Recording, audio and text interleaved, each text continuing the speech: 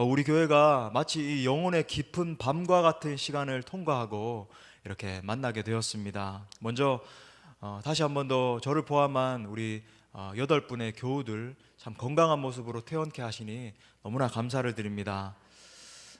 제 상태를 조금은 이렇게 말씀드리고 시작하는 게 맞는 것 같아서 말씀드리자면, 병은 치료가 되었습니다. 병은 이렇게 치료가 되었고 하나님이 도우시고 역사하셨는데, 제가 이렇게 좀 이렇게 많이 좀 중증으로 왔었던 것 같아요. 그래가지고 양쪽 폐와 간이 좀 이렇게 많이 손상되어 있는 그런 상태입니다. 그래서 여러분들 좀 양해를 부탁드리고 회복할 때까지 여러분이 좀 많이 기도해 주시면 감사하겠습니다. 또 아울러서 이렇게 남아있던 우리 교우들도 참 이렇게 여러 가지 어려움들 통과하고 있다는 것 알고 있고, 또 특별히 마음 가운데 참 이렇게 많은 어려움을 겪으셨다는 거 너무나 잘 알고 있습니다. 하지만 정말 하나님께서 우리 가운데 은혜 주셔서 이 어려울 때에 마음을 하나로 모으고 또 이렇게 이겨낼 수 있도록 은혜 주신 것, 그것 또한 너무나 감사를 드립니다.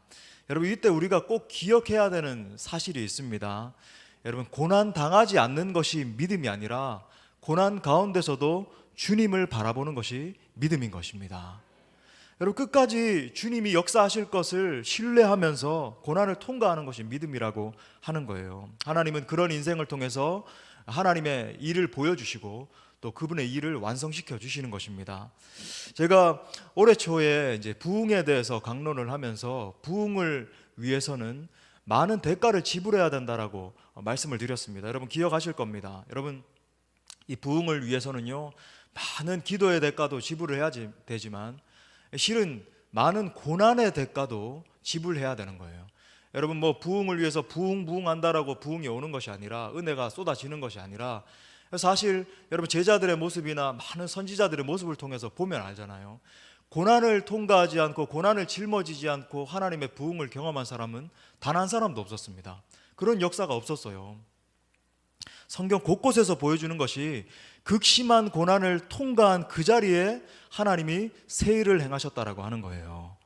여러분, 그래서 하나님이 이번 고난을 통과케 하신 데는 이유가 있는 것이고, 또 실제로 참 감사한 것은 우리 지체들, 참 많은 지체들이 그렇게 고백하더라고요. 제가 전화도 하고 이렇게 문자도 하고 하는 가운데 고백하는 게 뭐냐면, 하나님이 참 우리 교회를 너무 많이 사랑하시는 것 같다, 하나님이 이 일을 통해서 더 큰 일을 행하시려고 하는 것을 기도 가운데 느낀다라고 하는 거예요.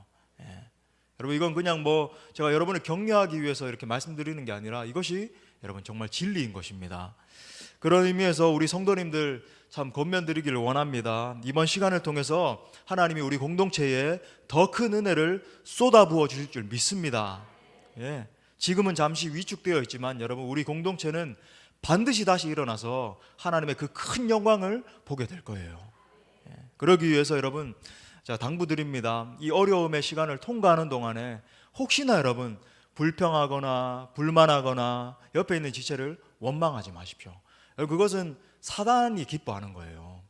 원망하고 이렇게 해서 잘못되었고, 여러분, 이거 사단이 기뻐하는 겁니다. 여러분, 이게 정말 이게 전 세계적인 현상 가운데서 여러 가지 이게 통과하고 있는 거잖아요. 다른 교회들도 마찬가지고요. 이건 사실 시간이 지속되면 모든 전 세계 인류가 사실 다 짊어지고 가야 될 그런 일들이에요.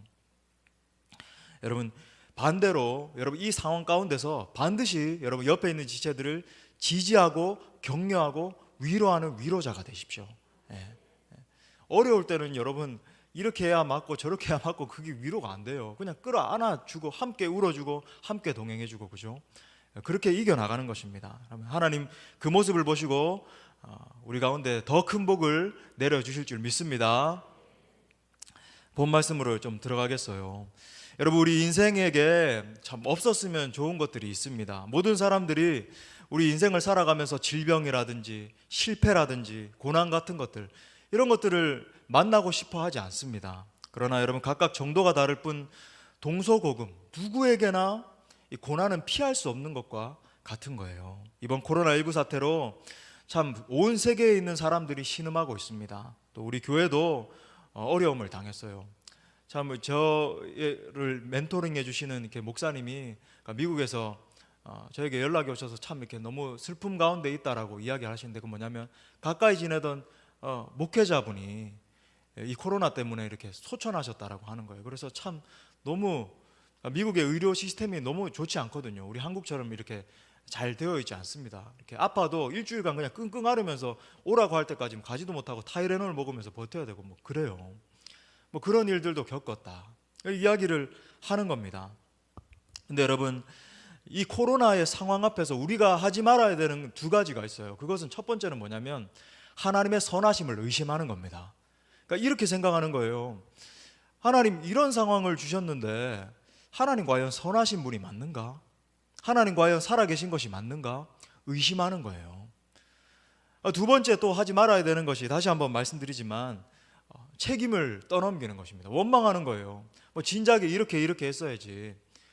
여러분, 우리 모두가 뭐 사력을 다해서 노력을 할 뿐이지 이게 어떻게 이렇게 일어날지 모르는 거거든요. 왜 여러분 이런 태도를 삼가해야 되냐면, 이것은 여러분 잘못된 이 결론에서부터 비롯된 것이기 때문입니다. 여러분, 우리가 먼저 분명히 해야 되는 것은요, 이 코로나19 사태도 사실은 하나님의 섭리적 허용 가운데 일어나고 있는 일이라고 하는 거예요.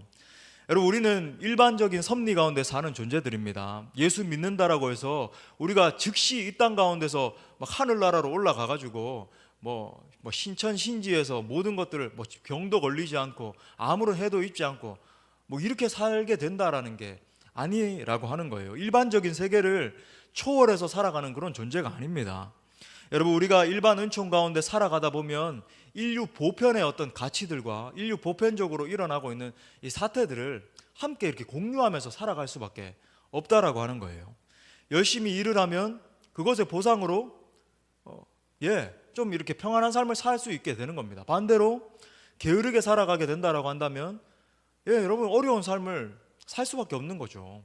일반 은총 가운데 산다라고 하는 거예요. 여러분, 삶을 살아가다가 건강할 수도 있고 건강이 나빠질 수도 있습니다. 또 어떤 분들은 일평생 동안 한 번도 이렇게 질병에 걸리지 않고 살아가시는 그런 분들도 있어요.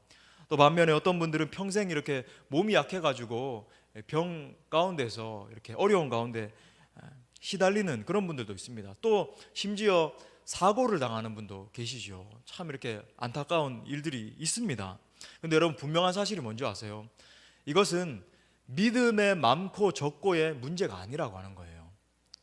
참 제가 존경하는 분들인데, 여러분 너무 잘 아시는 고 옥하는 목사님이라든지 하용조 목사님이라든지 참 이렇게 한국교회에 큰 획을 그으시고 참 이렇게 잘 사역하셨던 분들, 여러분 이분들 암 수술을 대체 뭐 몇 번이나 하시고 많은 고난과 이렇게 여러 가지 어려운 가운데 전 그런 생각도 들더라고요.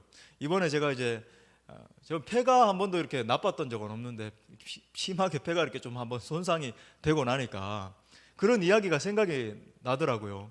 그러니까 한국에서 참 위대하게 쓰임 받았던 목사님들이 하나같이 폐병을 다 앓았다. 그래서 하나님 그렇습니다. 저도 사용하여 주옵소서. 여러분, 최초의 인디언 선교사님이셨던 우리 데이비드 브레이너드 선교사님, 이 결핵으로 20대 때부터 결핵을 앓다가 그가 기도하고 일어난 자리에 눈밭에서 기도하고 일어났는데 피가 흥건했다 그러잖아요. 이 결핵 때문에 피를 토해가지고. 여러분, 29살의 나이에 하나님 앞에 부름받았지만 저 미국에서 인디언들에게 정말 주의 살아계신 복음을 전하다가 지금도 이 데이비드 브레이너드의 생애와 일기는 정말 우리 가슴 가운데 울려지고 있잖아요. 여러분, 일평생 동안 이분들은요 하나님 앞에 놀랍게 붙들림 받아서 쓰임받고 쓰임받다가 주님 앞에 선 그런 분들이라고 하는 겁니다. 여러분, 이런 분들을 생각해 볼 때 우리가 당하고 있는 고난이 믿음이 적었기 때문에, 아니면 무슨 우리가 죄가 있었기 때문에 이렇게 생각하는 것은 여러분 오류예요. 여러분, 중요한 것은 우리 모두는 일반 은총 가운데 사는 존재들이라고 하는 겁니다. 우리가 삶의 걸음을 걷다 보면 이런 전염병의 상황도 맞닥뜨릴 수 있는 거예요. 여러분, 성경을 확인해 보면 되잖아요. 이 마지막 때에 수많은 고난들의 상황들이 인류 보편적으로 일어나게 될 거예요. 더한 것도 올 수 있습니다. 여러분, 이 코로나가 이거 백신만 개발되면 끝나겠지, 그렇지 않아요. 마지막 때는 더한 고난이 일어날 수도 있어요. 우리는 늘 뭐 긴장하고 그렇게 준비하면서 살아야 돼요. 이제는 인생에서 이 고난을 피해갈 수 있는 사람은 단 한 사람도 없다라고 하는 겁니다. 여러분, 인생에서 이 고난이 필연이라고 한다면 중요한 것은 이 고난을 통과하는 사람의 자세라고 하는 거예요. 한 사람의 신앙이 여러분 언제 드러날까? 평소에 평안하고 그냥 이렇게 아무 일도 일어나지 않고 할 때는요, 잘 알 수 없습니다. 하지만 여러분, 이 고난의 상황이 닥치면 정말 이 사람의 신앙이 진짜인지 아닌지 알게 된다라고 하는 거예요. 어떤 사람은 고난 가운데 절망과 죽음만을 보는 그런 사람들이 있습니다. 계속 절망한 나머지 자기에게 주어진 삶을 저주하고 또 옆에 있는 사람들을 계속적으로 핀잔을 주고 한탄하고 주님은 온데간데 없고 이 상황 가운데 매몰되어서 그렇게 절망하는 그런 인생들이 있다라고 하는 거예요. 물론 여러분, 우리 모두가 인간이기 때문에 잠시 어려울 수는 있습니다. 뭐 완전히 우리가 뭐 초탈해가지고 무슨 뭐 어느 경지에 이르러가지고 아무렇지도 않다 이런 사람은 존재하지 않아요. 여러분, 성경 읽어보면 알겠지만 다윗도 그죠, 힘들 때 힘들다라고 이야기를 하잖아요. 하지만 여러분, 계속 그 고난만 묵상하고 상황만 몰두하고 이래가지고 문제이고 이래가지고 나는 실패했고 나는 끝났고 이러다 보면요, 실제로 정신적으로도 큰 문제에 봉착하게 됩니다. 여러분, 큰일 나요. 정신적으로도. 반대로 여러분, 이 고난 중에 소망과 생명과 더 큰 기회를 포착하고 위기를 기회로 만드는 사람들이 있다라고 하는 거예요. 여러분, 내 눈앞에 참 거대한 산과 같은 어려움이 있지만 참 이게 목회를 하다 보면 진짜 참 쉽지 않은 상황들을 계속 맞닥뜨리게 되는 것 같아요. 우리 교회는 더더군다나 이렇게 건축까지 하고 있는데 참 이렇게 쉽지 않은 것 같습니다. 그런데 여러분, 이 상황만 묵상하고 있고 어려워하고 낭망하는 게 아니라 찬양하기 시작하는 거죠.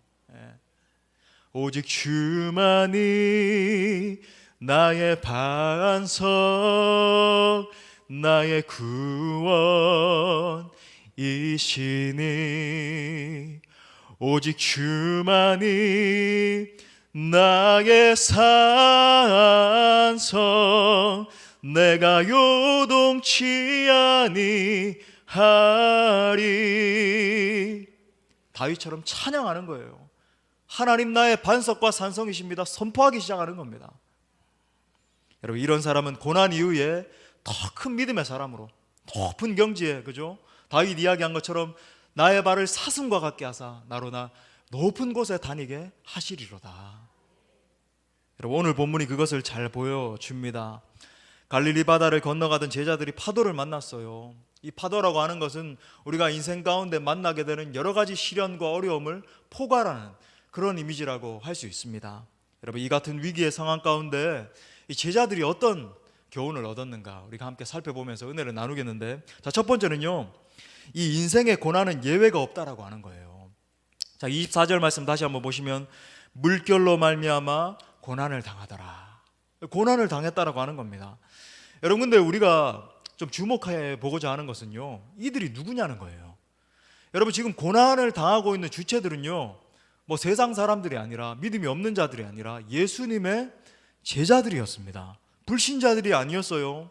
신앙생활 가운데 지금 뭐 막 들어온 초신자들이 아니었습니다. 본문은 예수님의 제자들이 지금 풍랑을 만났다라고 이야기를 하고 있습니다. 심지어 보세요, 제자들이 코를 골면서 뭐 자고 있으면서 아무 상황도 아닌 가운데 그런 게 아니었어요. 배를 타고 지금 전도하러 가다가 하나님의 사명을 감당하러 가다가 이 고난을 만나게 되었다라고 하는 겁니다. 여러분, 이상하지 않습니까? 왜 우리가 좋은 일을 감당하고 있는데 고난 당해야 되냐는 거예요. 하나님의 사역을 감당하고 있는데 왜 위기 상황을 만나야 되느냐는 겁니다. 참, 이 코로나 사태가 닥쳐오고 우리가 3월, 4월 지나는 동안에 또 여러 가지 고민, 한국교회 전체가, 세계교회 전체가 똑같은 이 고민을 참 이렇게 공유하고 있습니다만, 우리 교회 나름대로도 참 여러 가지 어려운 가운데서 그래도 예배를 회복하기 위해서 노력하고 여러 가지 방역도 그렇고 성도들을 돌보는 사역도 그렇고 막 지혜를 짜내서 그렇게 하고 있었는데 왜 그렇게 사력을 다해서 사역하고 있는 가운데 이런 고난을 주시는가? 하나님의 일을 하고 있었잖아요. 우리가 하나님의 영광을 바라보고 달려가고 있었는데 왜 이런 고난을 주시는가? 예수 믿고 봉사하고 헌신하고 충성하고 있었는데. 여러분, 그 대답은 인생이 당하는 고난은 모두가 예외가 없다라고 하는 겁니다. 여러분 심지어 우리 예수님도 고난 당하셨어요. 예수님도 고난 당하셨어요. 이 땅 가운데 계시는 동안에. 누가복음 24장 26절 우리 다 같이 한번 읽겠습니다. 시작. 그리스도가 이런 고난을 받고, 여러분 예수 그리스도께서 고난 받으심으로 말미암아 우리가 구속함을 입었고, 고난 받으심으로 말미암아 그의 영광 가운데 들어가게 되셨다라고 하는 겁니다. 또 제자들도 복음을 전하다가 많은 고난을 당했습니다.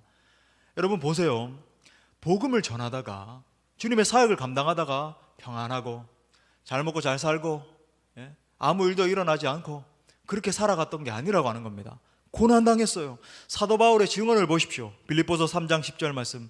내가 그리스도와 그 부활의 권능과 그 고난의 참여함을 알고자 하여 그의 죽으심을 본받아. 사도들은 복음을 전하는 가운데 엄청난 고난과 능력을 참아야 했습니다. 여러분 예수님은 우리를 군중이 아니라 많은 다수의 군중이 아니라 제자들로 부르셨습니다. 그리고 그 어떤 의미에서 여러분 예수님의 제자가 가는 길은 고난의 길이에요. 영광의 길이 아니라 여러분 고난을 짊어지는 길입니다. 마태복음 16장 24절 말씀, 우리가 수도 없이 묵상하는 말씀, 여러분 다시 한번 우리 선포하면서 읽겠습니다. 시작. 이에 예수께서 제자들에게 이르시되 누구든지 나를 따라오려거든 자기를 부인하고 자기 십자가를 지고 나를 따를 것이니라. 여러분 어떤 분들은 예수님의 제자가 되겠다라고 말하면서 고난의 짐은 짊어지고 싶어 하지 않습니다. 모순이에요. 여러분 예수님의 제자가 된다라고 하는 것은요, 필연적으로 나는 고난을 당하는 삶을 살겠습니다. 나는 예수님의 남은 고난을 내 삶에 채우는 삶을 살겠습니다. 그것을 선택하는 것과 동일한 의미라고 하는 겁니다. 고난을 짊어지는 거예요. 영광의 길이 아니라 십자가의 길이라고 하는 겁니다. 여러분 예를 들어 볼까요? 사도 바울이 이 복음을 전하는 가운데 어떤 고난을 당했는지 우리 다시 한번 들어봅시다. 고린도후서 11장 23절부터 27절 제가 한번 빠르게 읽어드릴게요. 그들이 그리스도의 일꾼이냐 정신없는 말을 하거니와 나는 더욱 그러하도다. 내가 수고를 넘치도록 하고 옥에 갇히기도 더 많이 하고 매도 수없이 맞고 여러 번 죽을 뻔하였으니 유대인들에게 40에서 하나 감한 매를 5번 맞았으며 3번 태장으로 맞고 1번 돌로 맞고 3번 파선하고 일주야를 깊은 바다에서 지냈으며 여러 번 여행하면서 강의 위험과 강도의 위험과 동족의 위험과 이방인의 위험과 시내의 위험과 광야의 위험과 바다의 위험과 거짓 형제 중의 위험을 당하고 또 수고하며 애쓰고 여러 번 자지 못하고 줄이며 목마르고 여러 번 굶고 춥고 헐벗었노라. 여러분 이것이 인류 역사상 가장 위대한 복음 증거자가 지금 말하고 있는 여러분 이 주님의 제자의 길이에요. 그러므로 여러분 이 땅을 살아가는 동안에 고난당한다라고 해서 여러분 이상하게 여기지 마십시오. 또 여러분 예수님을 믿는다라고 하는 이유 때문에 예수님을 전하다가 핍박당한다라고 해서 여러분 이상하게 여기지 마세요. 내가 핍박당하니까 예수님 전하지 말아야지. 여러분 그건 잘못 가는 길입니다. 조롱당하고 핍박당하고 이게 당연한 삶이라고 하는 거예요. 여러분 예수 믿는 것은요 결코 편안하고 안정된 삶으로 초대받는 것이 아닙니다.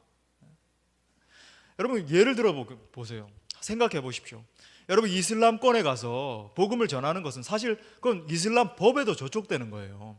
근데 여러분 왜 그런 고난까지도 짊어지면서 무슬림 국가에 가가지고 복음을 전합니까? 예수 그리스도 복음 때문에 그런 거예요. 자처해서 고난당하기로 작정하는 거죠. 여러분 제가 이란이나 터키라든지 이런 지역들에 가서 이렇게 복음을 전해보면요 쉽지 않습니다. 조마조마한 순간들도 있어요. 여러분 심지어 잡히면요 돌에 맞아 죽습니다. 하지만 왜 그렇게 고난을 짊어져야 됩니까? 왜 조마조마한 순간을 참아야 되죠? 심지어 그곳 가운데서는 그러다가 돌아가시는 분들도 있어요. 이유 없습니다. 예수 그리스도 때문에, 예수 그리스도의 복음 때문에, 주님이 그 길을 가셨기 때문에 적당하게 그냥 이렇게 잘 평안하게 있어야 된다. 그게 예수님의 길이 아니라고 하는 거예요. 여러분 심지어 예수 믿다가 주님을 예배하다가 병에 걸릴 수도 있고 직장에서 해고당할 수도 있고 사람들에게 핀잔당하고 온갖 조롱 다 당하고 그럴 수도 있어요. 하지만 여러분, 심지어 우리는요, 이것을 위해서 부름받은 것입니다. 고난의 자리로 부름받은 거예요. 그러므로 여러분, 우리도 주님의 남은 고난에 동참해야 될 줄 믿습니다. 주님의 이 남은 고난을 내 몸 가운데, 내 영혼에 채우는 거죠. 주님의 영광을 위해서 고난을 지고 사명을 감당해야 된다라고 하는 겁니다. 여러분, 고난을 무서워하거나 아니면 피하는 것이 아니라 기쁨으로 주님 주시는 고난을 감당할 수 있기를 바랍니다. 여러분, 또 깨달을 수 있는 두 번째 진리는요, 이 고난보다 더 무서운 것은 불신앙이라고 하는 거예요. 한번 따라합시다. 고난보다 더 무서운 것은 불신앙이다. 자, 26절에 보시면 물 위로 걸어오시는 예수님을 이 제자들이 보면서 유령이라고 이야기를 합니다. 여러분, 이 상황에서 문제가 뭐였냐면 예수님을 몰라봤다는 거예요. 함께 먹고 함께 자고 함께 다니던 제자들이 예수님을 알아보지 못한 겁니다. 여러분 보십시오. 믿음의 눈이 어두워지면 예수님을 알아볼 수 없게 됩니다. 여러분, 우리가 믿음의 눈을 감게 되면요, 예수 그리스도께서 임재하실 때 그 임재를 느낄 수 없게 돼요. 하나님의 임재를 경험하지 못하게 됩니다. 그러니까 계속 이 내 자아의 음성만 들리게 되는 거예요. 네 주장해라, 네 고집대로 말해라, 그렇게 되는 겁니다. 상황에 함몰되어서 비판하고 정죄하고 좌절하고 낭망하고, 나 이렇게는 이제 못 살겠다, 그 수렁 가운데 완전히 빠져버리게 되고 그렇게 되는 거예요. 반대로 여러분 보십시오. 믿음이 있으면 실상을 볼 수 있게 됩니다. 히브리서 11장 1절 말씀 우리 다 같이 또 읽어봐요. 시작. 믿음은 바라는 것들에, 여러분, 우리가 예수 그리스도를 바라보고 예수 그리스도를 믿음으로 붙잡으면요, 실상을 볼 수 있게 되는 거예요. 육안이 어두워도 하나님의 임재를 느낄 수 있게 되는 겁니다. 영적으로 하나님 앞에, 하나님의 그 보좌 앞에 날마다 서게 되는 거죠. 어떤 상황과 어려움이 닥쳐온다 할지라도, 심지어 내가 죽는다 할지라도 끝까지 예수 그리스도의 사랑을 바라볼 수 있게 되는 거예요. 그러나 여러분, 믿음의 눈이 닫히게 되면 함께 있던 예수님도 유령으로 보일 수 있다라고 하는 거예요. 믿음의 눈이 닫히면 여러분, 함께 자란 친구도 적으로 보이게 됩니다. 믿음의 눈이 닫히면 함께 사는 부부도 원수로 보이기 시작해요. 또한 믿음의 눈이 닫히면 옆에 있는 형제 자매도 싫어하고 원망하고 불평하는 그런 존재로 전락하게 되는 겁니다. 여러분, 그래서 고난 자체보다 더 무서운 것이 불신앙이라고 하는 거예요. 실패보다 더 무서운 것, 고난보다 더 무서운 것이 불신앙입니다. 여러분, 인간의 불행은요, 고난보다 나와 더 가까이 계시고 절망보다 더 가까이 계시는 주님을 알아보지 못하는 불신앙인 거예요. 이것을 현재 상황에도 마찬가지로 적용해 볼 수 있을 것입니다. 지금 우리는 이 코로나19라고 하는 이 전 세계적인 유행병의 상황 가운데 놓여 있습니다. 우리도 그 상황을 통과하고 있습니다. 물론 정말 쉽지 않은 상황을 통과하고 있는 것이 사실입니다. 심지어 저는 여러분 아시는 것처럼 이렇게 몸에 짊어지게 되었어요. 이게 그냥 이렇게 뉴스 보도만이 아니라 참 이렇게 함께 짊어지게 됐는데, 여러분, 일반 사람이라고 한다면 이런 상황 앞에서 원망하고 좌절하고 이렇게 해가지고는 안 되겠다, 포기하고 그럴 수도 있는 상황이에요. 같이 이 음악 병동에 있던 그런 분들은 그런 이야기 너무 많이 하시더라고요. 난 뭐 다 포기하고 이제 시골로 내려가야 되겠다, 뭐 그런 이야기들, 실제 세상 사람들 그런 이야기들 하더라고요. 하지만 여러분, 우리는 우리의 마음 가운데, 우리의 삶 가운데 예수 그리스도를 살아계신 하나님으로 모신 믿음의 사람들 아닙니까? 이 상황 가운데 정말 믿음의 사람들로서 잃어버리지 말아야 되는 것은 무엇인가? 그것은 바로 우리 주 예수 그리스도를 향한 믿음인 줄 믿습니다.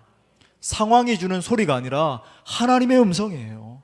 세미하게 말씀하는, 언론에서 크게 떠드는, 계속 세상 사람들이 크게 말하는 그 소리 때문에 절절 매는 게 아니라 세미하게 말씀하시는, 부드럽게 말씀하시는, 우리를 격려하시고 일으키시기 원하시는 그 하나님의 섬세한 음성이라고 하는 거예요. 여러분, 고난을 해결하시는 주님은요, 고난보다도 더 가까이 내 곁에 계십니다. 내가 부를 때 응답하시기 위해서 기다리고 계세요.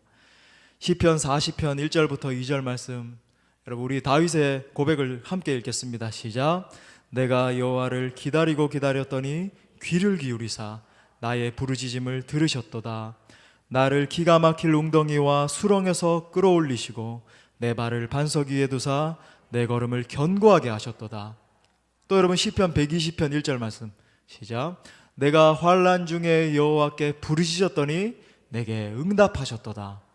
할렐루야. 이 믿음이 여러분의 믿음 될 수 있기를 간절히 축원합니다. 마지막 세 번째로 깨달을 수 있는 것은 고난을 바라보면 더 깊은 수렁에 빠지지만 예수님을 바라보면 문제는 떠나간다라고 하는 겁니다. 자, 다시 한 번 더. 고난을 바라보면 더 깊은 수렁에 빠지지만 예수님을 바라보면 문제가 떠나갑니다. 여러분 드디어 이제 베드로가 이렇게 말해요. 주여 만일 주시어든 나를 명하사 물 위로 오라 하소서. 참 너무 유명한 장면이죠. 그래서 29절에 보니까 오라 하시니 베드로가 물 위를 걸어서 예수님께로 갔어요. 문제는 이제 30절입니다. 바다를 보고 무서워 빠져가는지라. 예수님을 바라볼 때는 안전했어요. 걸을 수 있었습니다. 근데 상황을 바라보고 풍랑을 바라보기 시작하니까 물 가운데 빠지게 된 거죠. 여러분 예수님을 바라보면 어떤 이 풍랑이 닥쳐온다 할지라도, 인생 가운데 고난이 닥쳐온다 할지라도 물 위를 걸을 수 있는 거예요. 반대로 고난을 바라보고 상황을 바라보면 더 깊은 고난에 빠지게 됩니다. 여러분 고난을 바라보면 고난을 이기지 못하게 돼요.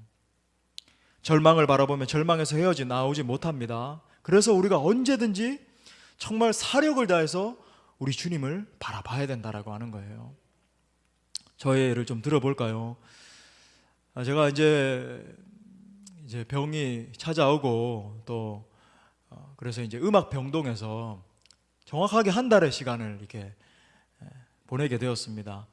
특히 이제 입원하고 이제 열흘 정도 한 2주 정도 시간 동안에 너무 많이 아팠어요. 저 같은 경우는 이제 고열이 떨어지질 않고 양쪽 폐에 이제 좀 심한 이렇게 폐렴이 찾아오고, 그리고 이제 바이러스가 간에 이렇게 붙어가지고 간 수치가 정상보다 한 3배, 4배 이렇게 올라가가지고 좀 많이 위험한 상황 가운데 가게 되었습니다.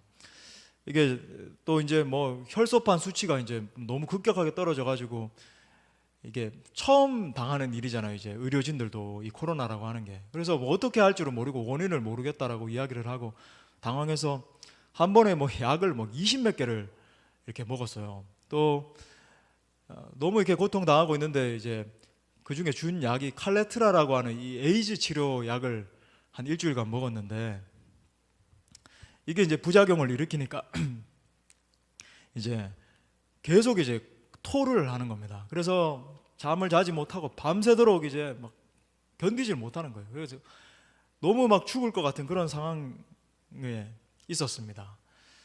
근데 그 고통 중에서 그나마 이제 제가 여러분에게 이제 서신을 이렇게 드렸을 때 그때가 이제 조금 나 이제 좀 살겠다 그때 시점이었어요. 근데 이제 그런 고통 가운데서 사력을 다해서 예수 그리스도의 십자가를 바라봤습니다. 예수님이 나보다 얼마나 더 큰 고난을 당하셨는가. 예수님은 나보다 더 아프셨지. 예수님의 보혈을 바라보고 예수님을 묵상하고 제가 믿음의 눈을 들어서 끊임없이 예수 그리스도를 생각했어요. 예수 그리스도를 붙들었습니다. 도저히 생각조차 안 될 정도로 힘들 때는 그냥 예수님 계속 되뇌이면서 불렀어요. 그리고 이제 10일쯤 지나서 이제 열이 떨어지기 시작했을 때부터 이제 성경을 읽기 시작했습니다. 그 들고 들어간 모든 것들이 폐기하고 와야 된다 그래가지고 예전에 제가 보던 성경을 이렇게 하나 그 급한 가운데도 이렇게 챙겨 들어갔어요. 그래가지고 이제 성경을 읽기 시작했는데, 그러니까 뭐 병석에서 읽으니까 이 허리도 아프고 해서 했지만 인내하면서 성경을 계속 읽었습니다. 처음에는 이제 하나님 아버지의 마음, 이 시대를 바라보신 하나님의 그 눈물을 느끼고 싶어서 선지서들을 읽기 시작했어요. 그러면서 막 예레미야, 이사야, 여러 뭐 소선지자들의 서신들 막 이렇게 쭉 읽어가면서 하나님의 그 이 시대를 바라보시는 마음이 막 느껴지는 거예요. 그리고 또 역사서와 시가서, 뭐 복음서, 또 여러 요한계시록까지 이렇게 막 쭉 읽기 시작했습니다. 그리고 신기하고도 또 놀라운 것이 있는데 이게 참 우연이 아닌 것 같아요. 제가 이제 요한계시록을 이제 마지막 장을 딱 읽은 거죠. 아멘. 주 예수여 오시옵소서. 주 예수 그리스도의 은혜가 모든 자들에게 있을지어다. 아멘 하고 그날 밤에 잤는데 그 다음 날 제가 이제 마지막으로 폐 사진을 찍었는데 정상이라고. 그래가지고 그날 제가 갑자기 생각지도 못했는데 퇴원을 하게 됐어요. 예. 너무 이게 여러분 우연이 아닌 것 같죠? 요한계시록 마지막 장을 딱 읽었는데 그 다음 날 아침에 검사를 받고 그날 퇴원을 하게 된 거예요. 사랑하는 여러분, 지금도 내 곁에 계시는 주님, 여러분 어떤 상황과 환경 가운데서도 예수 그리스도를 바라볼 수 있길 바랍니다. 사력을 다해 바라보는 거예요. 주님만 바라보는 겁니다. 우리 한번 따라하겠습니다. 예수님을 찾으면 고난은 떠나갑니다. 예수님을 바라보면 고난은 이길 수 있습니다.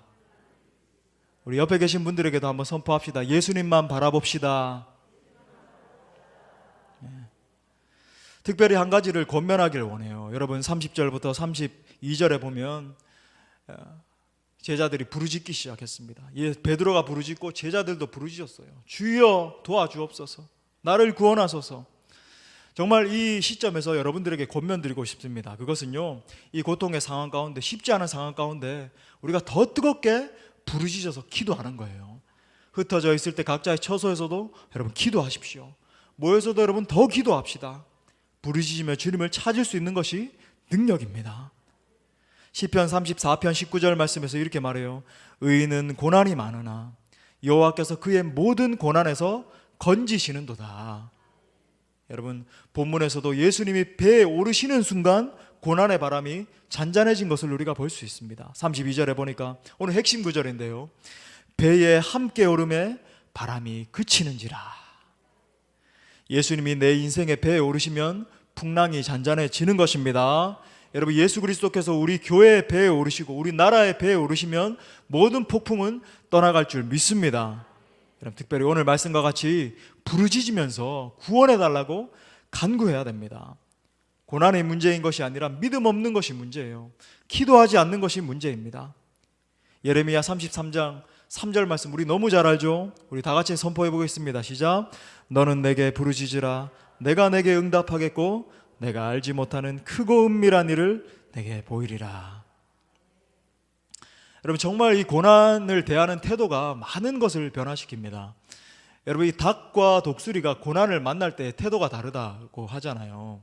닭이 닭인 이유가 있고 독수리가 독수리인 이유가 있는 겁니다. 닭은요, 이 고난이 닥쳐오면, 어떤 어려움의 상황이 닥쳐오면요, 자기 날개로 자기 얼굴을 가리고 파묻고 이렇게 그냥 있는다 그래요. 하지만 반면에 독수리는 어떤 막 폭풍이나 위기가 닥쳐오면 더 넓게 날개를 펼쳐서 그 폭풍을 타고 날아오른다 그러잖아요. 우리 찬양처럼 주와 함께 날아오른다 그러잖아요. 여러분 실제 우리 사람들도 그런 것 같아요. 위기의 상황 앞에서 닭형 인간이 있고 독수리형 인간이 있는 겁니다. 닭처럼 상황과 환경 가운데 엄몰되어 가지고 압도돼서 절절절절 매는 인생이 있고 그 위기 상황을 타고 오르는 거예요. 예수 그리스도 붙들고 일어나는 겁니다. 여러분 인류의 역사를 봐도 담대하게 고난을 극복한 사람들을 통해서 역사가 다시 쓰여졌습니다. 여러분 서양 속담에 유명한 속담이 있잖아요. 북풍이 바이킹을 만들었다. 저 북유럽의 그 차가운 바람이 엄청난 이 바이킹을 만들었다라고 하잖아요. 사랑하는 여러분, 이왕 당하고 우리가 겪고 있는 고난이라고 한다면 우리가 정말 예수님 바라보고 기도함으로 말미암아 주님과 함께 날아오르게 될 줄 믿습니다. 여러분 이것이 진정한 믿음의 사람이라고 하는 겁니다. 말씀을 마무리하겠습니다. 여러분 기억하세요. 고난보다 더 무서운 것은 불신앙입니다. 예수님 바라보지 않고 내 자아의 소리에 엄몰당해가지고 그렇게 그냥 걸어가는 거예요. 그리고 나 보면요, 결국은 이 인생의 배라고 하는 것이 침몰당하게 된다라고 하는 겁니다. 여러분 고난을 바라보지 말고 그 고난을 평정하시는 예수님을 바라볼 수 있기를 바랍니다. 무리를 걷게 하시는 예수님을 바라보기 시작하는 거예요. 다시 한번 권면드립니다. 여러분 이 어려운 고난의 시기에 우리 더 각 가정에 계신 우리 사랑하는 지체들도 더 정말 예수님 바라보면서 주님과 동행하는 삶을 삽시다. 더 기도하십시오. 더 말씀을 읽고 묵상하십시오. 그리고 더 찬양하세요. 집안에만 있다 보면 우울함도 들 수 있고 하지만 여러분 뭐 유튜브 같은 걸로 찬양 틀어놓고 함께 뛰면서 부르고 찬양하고 기뻐하십시오. 그러면 여러분 우리 주님이 도와주십니다. 주님이 지켜주십니다. 주님이 모든 문제를 다 해결해 주십니다. 아무쪼록 고난 가운데 주님을 바라봄으로 말미암아 결국 여러분 승리하는 우리 수원동부교회 될 줄 간절히 축원합니다. 아멘. 우리 말씀을 주신 하나님께 영광의 박수.